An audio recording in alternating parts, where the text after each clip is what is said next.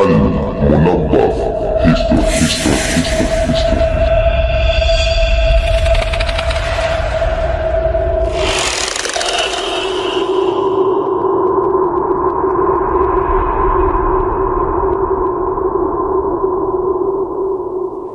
Mjue sahaba wa kwanza kufariki kutokana na mateso aliyopewa na makafiri wakati akiingia ndani ya Uislamu alikuwa ni Sumayya binti Khabbati radza Allah zimshikie juu yake.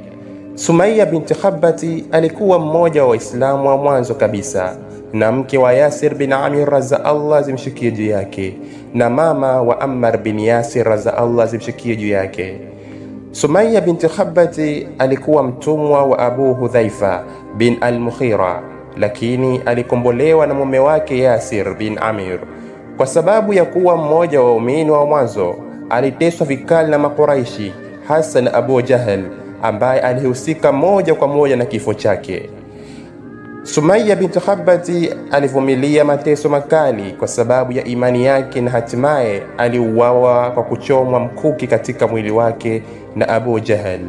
Je, ni mafunzo gani tunayoyapata kutokana na kifo chake Sumayya binti Khabbati radza Allah zimshikie juu yake?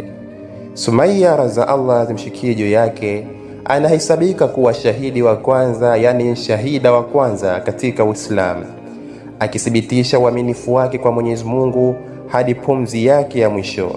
Kifo chake kinaonyesha jinsi Waislamu wa mwanzo walivyopitia majaribu makubwa kwa ajili ya dini yao. Ni kielelezo cha uvumilivu, subra na imani isiyoyumbishwa mbele ya dhulma.